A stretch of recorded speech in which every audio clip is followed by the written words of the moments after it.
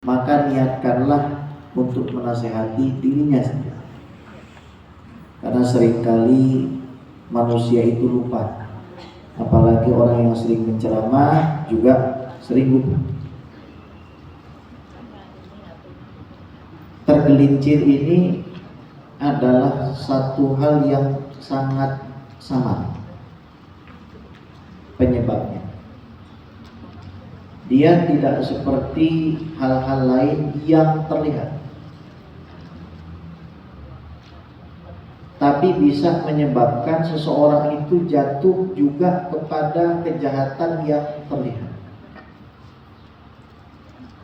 Saking tipisnya sebab-sebab ini membuat orang yang tergelincir itu seakan tidak merasa tergelincir.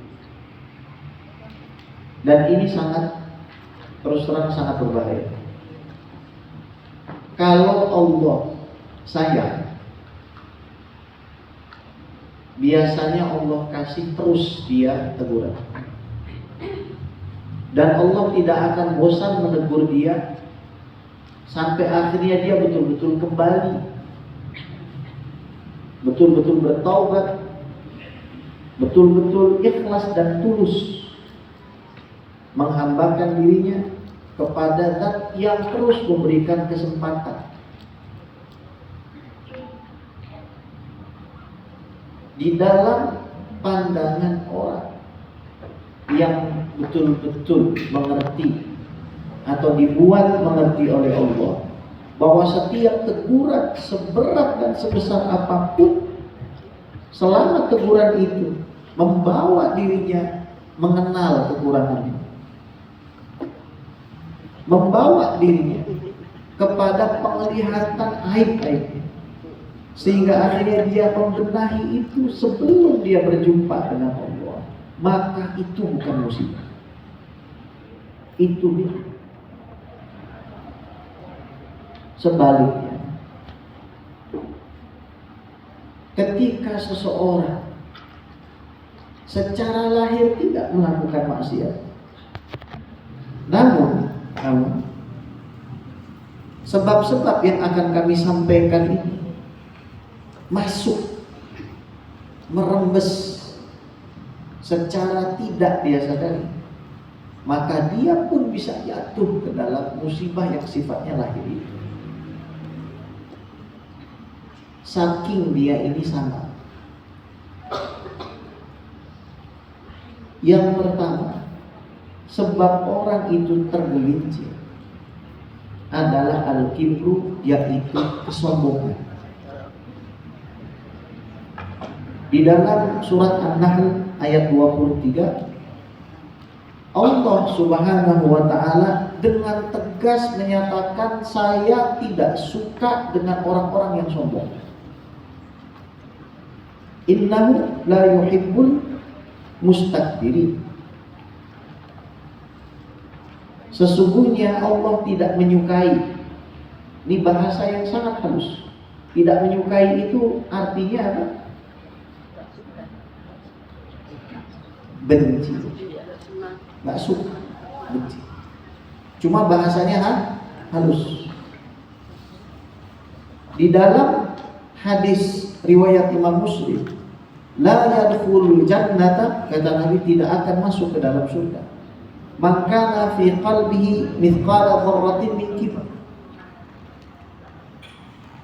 Apabila ada manusia yang di dalam hatinya itu ada seberat zarrah kesombongan. Zarrah ini, Ibu, tidak bisa ditimbang saking kecilnya. Dan kesombongan ini didefinisikan oleh Nabi. Wa innamal kibru batrul haq wa ghamtun nas. Yang pertama, menolak yang benar. Yang kedua, merendahkan manusia. Ini na'udzubillahi min dzalik, karena dia tipis masuk ke dalam hati. Utamanya saat kita berhadapan dengan orang yang mungkin secara lahiriah berbuat dosa atau pernah berbuat kesalahan, lalu kita hukumi. Ini kalau dibiarkan berpotensi besar memasukkan seseorang ke dalam neraka meskipun dia sholat. Maka kata Imam Ibnu Athaillah, kurang lebih maknanya begini: kemaksiatan yang menjadikan seseorang itu takut dan tunduk kepada Allah itu adalah jauh lebih mulia dibandingkan dengan ketaatan yang menimbulkan rasa kesombongan. Jadi yang dilihat itu bukan awalnya. Seseorang bisa saja dia berbuat maksiat, namun berakhir dengan apa? Taubat. Dan seseorang bisa saja dia berbuat taat, namun berakhir dengan maksiat hati, ngerasa lebih baik dari orang, ngerasa punya kelebihan sehingga dia bisa mengatakan saya lebih baik dari diri. Maka dari awal kami sampaikan, kami tidak pantas menyampaikan ini karena di sini yang paling salah adalah kami. Namun hanya menyampaikan saja apa yang disampaikan oleh para ulama.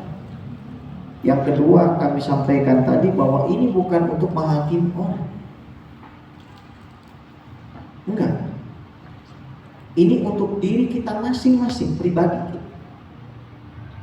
Dan kita sendiri yang tahu, Bapak Ibu, sebenarnya apakah kita ini orang yang tawadhu atau orang yang sombong. Meskipun kita memberikan argumen banyak, saya tawadhu. Coba tanya sama diri, pernah nggak kita meremehkan manusia? Pernah nggak kita mengucilkan manusia? Pernah nggak kita menutup manusia dari pintu taubat dan rahmat Allah? Pernah nggak kita mengusir manusia dari rahmat Allah? Pernah nggak kita menghina? Pernah nggak ada orang nasihatin kita terus kita tolak? Kalau pernah,